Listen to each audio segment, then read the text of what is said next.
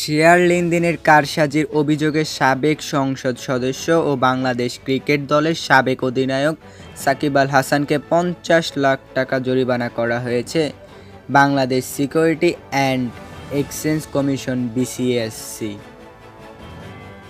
মঙ্গলবার ২৪ সেপ্টেম্বর বিসিএসসির পরিচালক ও মুখপাত্র ফারহানা ফারুকী স্বাক্ষরিত বিজ্ঞপ্তিতে এ তথ্য জানানো যায়। বিজ্ঞপ্তিতে বলা হয়, বিসিএসসির চেয়ারম্যান খন্দকার রাশেদ মাকসুদুর সভাপতিত্বে ৯২৩তম কমিশন সভায় পুঁজিবাজারের তালিকাভুক্ত প্যারামাউন্ট ইন্স্যুরেন্স কোম্পানি লিমিটেডের শেয়ার লেনদেনের কারসাজির অভিযোগে সাকিব আল হাসানকে ৫০ লাখ টাকা জরিমানা করা হয়েছে।